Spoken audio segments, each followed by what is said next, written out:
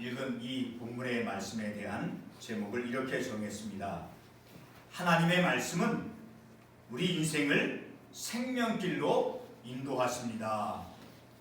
하나님의 말씀은 저와 여러분들의 삶의 길, 삶의 방향을 세속적이고 육신적인 삶의 길로 인도하는 것이 아니라 거짓되고 불의한 길로 인도하시는 것이 아니라 하나님의 말씀은 그런 거짓되고 불의하고 실패한 길로 나아가는 그 인생들을 하나님의 말씀은 우리의 인생의 길을 생명의 길로 인도하신다라는 것입니다.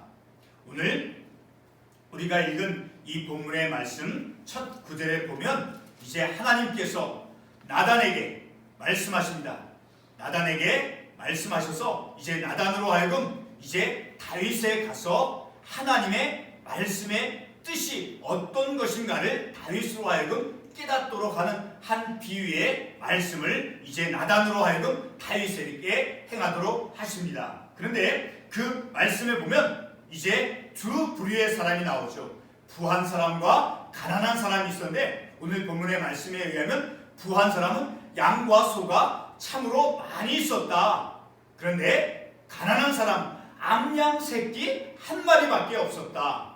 근데 그 가난한 사람은 그 암양 새끼 한 마리를 자기의 자식처럼 자기의 가족처럼 아주 귀하게 먹이고 그렇게 귀하게 잘 돌보면서 키웠다라고 말씀에 나와 있어요. 그래서 그 양을 어떻게 비유해서 말씀하고 있냐면 그 가난한 사람에게는 그 한 마리의 양이 그에게는 딸처럼 되었거늘. 그러니까 굉장히 소중하게 비록 양 한 마리밖에 없었지만 그것을 아주 귀하게 아주 소중하게 잘 돌보며 키웠다라는 거예요. 그런데 어떤 본문의 말씀에 의하면 어떤 행인이 그 부자의 사람에게 이제 왔다라고 말씀하고 있어요. 그런데 그 부자가 온 행인을 위해서 이제 자기 집에는 양과 소가 많이 있어서 그 행인에게 대접할 것이 많이 있었음에도 불구하고 이 가난한 사람의 그 양 새끼를 자기의 것을 아껴 잡지 않고 그 가난한 자의 양 새끼를 어떻게 했느냐? 빼앗아다가 그 자기에게 온 사람을 위하여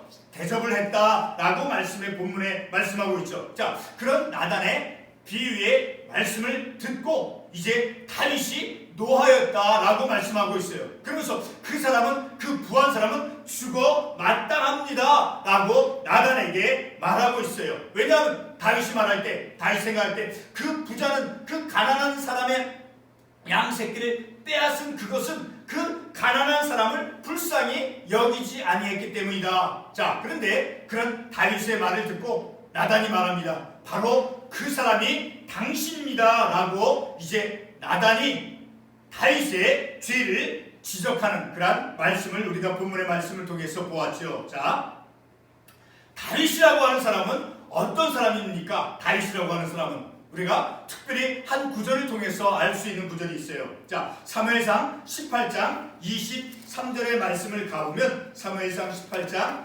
23절 말씀에서 다윗에 대해서 어떻게 말씀하고 있느냐. 자, 23절 보면 사무엘상 18장 23절의 하반부에 나는 가난하고 천한 사람이라 한지라. 자, 이 말은 이 다윗이 이 사울의 이 사울 왕의 사위가 되는 것이 나는 너무도 천하고 나는 너무도 미약한 존재다라는 거예요. 나는 가난하고 천한 사람인지라. 자, 이 말씀을 통해서 보았을 때 본래 다윗은 어떤 사람이었는가? 바로 가난하고 천한 사람이었다라는 거예요. 그런데 그러한 다윗을 하나님께서는 그와 같은 가난하고 천한 다윗을 하나님께서 어떻게 만들어 주셨습니까? 오늘 본문의 말씀에 의하면 7절과 8절의 말씀에 보면 하나님께서 그 가난하고 과거에는 가난하고 천한 그런 자신이 고백했던 그런 사람을 하나님께서 다윗을 어떻게 만들어 주었는가? 바로 이스라엘의 왕으로 삼아 주셨다라고 7절과 8절에서 말씀하고 있죠. 자, 7절 하반부에 내가 너를 이스라엘 왕으로 기름 붓기 위하여 사울의 손에서 구원하고. 자, 이스라엘 왕으로 삼아 주셨다라는 거예요. 또 8절 말씀에 보면 만일 그것이 부족하였을 것 같으면 내가 내게 이것저것을 더 주었으리라. 자, 다윗에게는 부족함이 없도록 왕으로서 하나님께서 삼아주시고, 그리고 그에게 어떤 권력과 명예와 영광을, 권세를 그에게 주었다라는 거예요. 그러니까 더할 나위 없이 부족함이 없도록 하나님께서 다윗을 만들어 주셨다라는 거예요. 자, 이와 같이 다윗에게는 그 놀라운 왕으로서 그 어떤 권력과 명예와 부귀, 모든 것이 다 주어졌어요. 자, 그런데 그런 아름다웠고 아주 귀하고 권력 있는 이런 모든 것들이 그에게, 다윗에게 주어졌음에도 불구하고 다윗은 어떤 삶을 살았느냐, 어떤 하지 말아야 될 악한 것을 행하느냐. 바로 우리 본문 앞장에 사무엘상 11장 4절 말씀에 보면, 다윗이 전령을 보내어 그 여자를 자기에게 데려오게 하고, 그리고 그 여자가 부정함을 깨끗하게 하였으므로 더불어 동침함에, 자, 간음을 하였다라는 거예요. 자, 우리아의 아내 밧세바를 자기 어떤 권력을 이용해서 이제 그 여인을 간음을 했다라는 거예요. 더불어 동침함에, 그리고 5절 상반부에 그 여인이 임신함에, 자, 우리아의 아내 밧세바, 자, 그 여인을 다윗은 간음했다라는 거예요. 그리고 14절 15절 말씀에 계속해서 보면, 아침이 되면 다윗이 편지를 써서, 자, 15절, 그 편지에 써서 이르기를 너희가 우리아를 맹렬한 싸움에 앞세워 두고 너희는 뒤로 물러가서 그로 맞아 죽게 하라 하였더라. 자, 우리아를 이 전쟁터에서 가장 위험한 앞에 세우게 해서, 서도록 해서 그로 하여금 죽게 하였다라는 거예요. 그러니까 그를 죽였다라는 거예요. 살인죄. 그리고 우리아의 아내 밧세바를 간음하는 그런 엄청난 10계명에서 보게 되면 제6계명과 제7계명, 간음하지 마라, 살인하지 마라, 그 계명을 범한 그러한 죄를 범하였다라는 거예요. 자, 이렇게 다윗 아내는 그 마음 안에 엄청난 그 욕망과 어떤 그 탐욕이, 그에게 파괴적인 탐욕과 탐심이 그의 마음속에 있었다라는 거예요. 그런 것으로 말미암아 죄를 범하게 됐다라는 거예요. 자, 그리고 다시 계속해서 본문 9절 말씀에 의하면, 자, 그것은 바로 다윗이 하나님의 말씀을 업신여겼다라고 하는 거예요. 9절 말씀에 의하면 하나님의 말씀을 업신여기고, 그리고 하나님 보시기에 악을 행하였다라는 거예요. 그 간음죄와 그 살인한 죄, 사람을 죽게 한 죄, 자, 우리아를 살해한 그러한 죄, 그리고 간음한 죄, 그러한 죄를 범하게 됨을 통해서 하나님 앞에서 악을 범하였고, 그것은 곧 하나님의 말씀을 업신여긴 것, 하나님의 말씀을 경멸했다라고 본문의 말씀에서 말씀하고 있다라는 거죠. 자, 지금 우리는 이 말씀을 통해서 다윗이 범한 그러한 죄를 강조하거나 그의 죄를 드러내고자 하는 것이 결코 아니다라는 거예요. 그럼 무엇입니까? 바로 하나님의 말씀이 무엇인지를 알자, 깨닫자라는 것이다라는 거죠. 자, 히브리서 4장 12절 말씀에 의하면 하나님의 말씀이 어떠한 말씀인가라는 것을 우리에게 잘 말씀해주고 있어요. 히브리서 4장 12절 말씀을 우리가 보게 되면, 히브리서 4장 12절 어떻게 말씀하고 있습니까? 하나님의 말씀은 살아있고 활력이 있어 좌우에 날선 어떤 검보다도 예리하여 혼과 영과 및 관절과 골수를 찔러 쪼개기까지 하며 마음의 생각과 뜻을 판단하나니, 하나님의 말씀은 어떤 말씀이에요? 살아있는 말씀이라고 말씀하고 있어요. 그리고 활력이 있어 어떤 검보다 예리하여서 혼과 영과 골수를 쪼개기까지 하며 또 우리의 인간의 마음과 생각과 뜻을 판단하시는 그러한 하나님의 말씀이다라고, 말씀이 무엇인가를 우리에게 이 히브리서 4장 11절에서 말씀해주고 있다는 거예요. 자, 그와 같은 하나님의 살아있는 말씀이 다윗이 비록 그가 왕이었을지라도 그의 생각이 어떠했고 그의 마음이 어떠했는가를 이 나단의 비유를 통해서 다윗의 마음을 드러내 주었다는 거예요. 하나님의 말씀을 통해서. 자, 이제 이 나단의 이 비유의 말씀을 통해서 이 죄를 범한 이 다윗에게 이제 하나님께서 다윗에게 말씀하십니다. 자, 바로 13절 말씀, 오늘 보면 13절 말씀, 그러한 비유의 말씀을 이제 다윗에게 말해줌을 통해서 곧 하나님의 말씀이 다윗에게 이제 들려진 거예요. 자, 그 하나님의 말씀을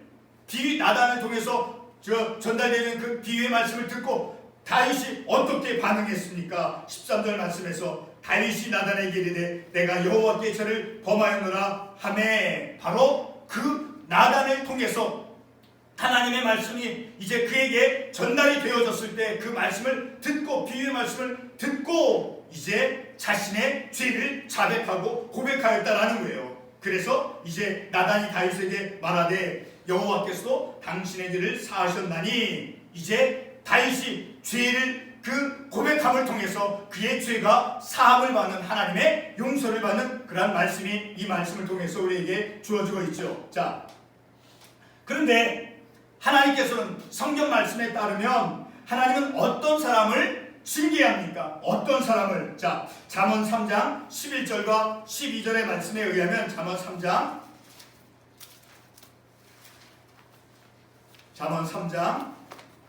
11절과 12절 말씀에 의하면 이렇게 말씀하고 있습니다. 잠언 3장 11절과 12절의 말씀에 의하면, 자, 11절 내 아들아 여호와의 징계를 경히 여기지 말라. 그 꾸지람을 싫어하지 말라. 그래서 여호와께서 그 어떤 자를 사랑하시는 자를 징계하시기를 마치 아비가 그 기뻐하는 아들을 징계함과 같이 하시느니라. 하나님께서는 어떠한 사람을 징계합니까? 바로 하나님께서 사랑하시는 자를 징계하신다라고 말씀에 기록되어 있다라는 것입니다. 또 히브리서 12장 6절 말씀에서도 보면, 히브리서 12장 6절 말씀에 주께서 그 사랑하시는 자를 징계하시고, 자, 하나님이 어떤 사람을 징계하십니까?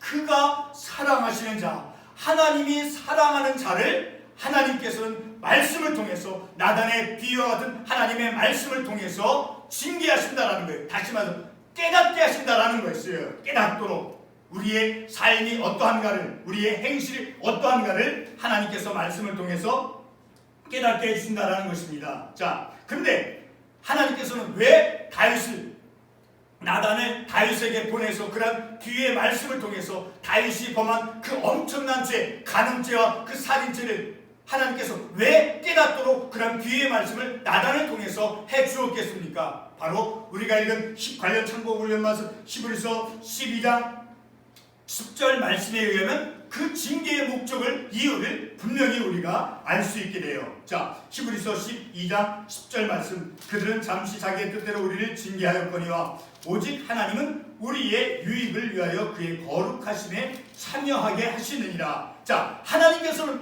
어떤 사람을 징계하십니까? 그가 사랑하시는 자. 왜? 이유, 목적이 무엇입니까? 우리의 유익을 위하여 그리고 그의 거룩하심에 참여하기 위해서, 하나님의 거룩함을 닮아가며 하나님의 거룩하심에 참여하도록, 우리의 삶을 거룩한 대로 살아가도록 하기 위해서 징계하신다라는 거예요. 분명한 징계의 이유와 목적이 그것이다라는 것을 우리가 말씀을 통해서 깨닫게 된다라는 거죠. 자, 이렇게 오늘 본문의 말씀에 의하면 다윗의 그런 인간적인 실패에도 불구하고 그는 죽어 마땅한 죄를 범했습니다. 제 10계명에서 보게 되면 6계명이 무엇입니까? 살인하지 말라 그랬어요. 그런데 그 우리아를 전쟁의 맨 앞에 나가서 죽게 하라라고 말씀했잖아요. 11장 사무엘하 11장 11절에서 그로 맞아 죽게 하였더라. 우리아를 죽게 하였다라는 거예요. 제6계명이 살인하지 말라라고 했어요. 제7계명이 무엇입니까? 간음하지 말라라고 했어요. 그런데 다윗은 이제 자기의 부하를 통해서 그 여인을 데려오게 해서 이 동침을 하게 해서 임신하게 해서 간음한 죄를 범했다라는 거예요.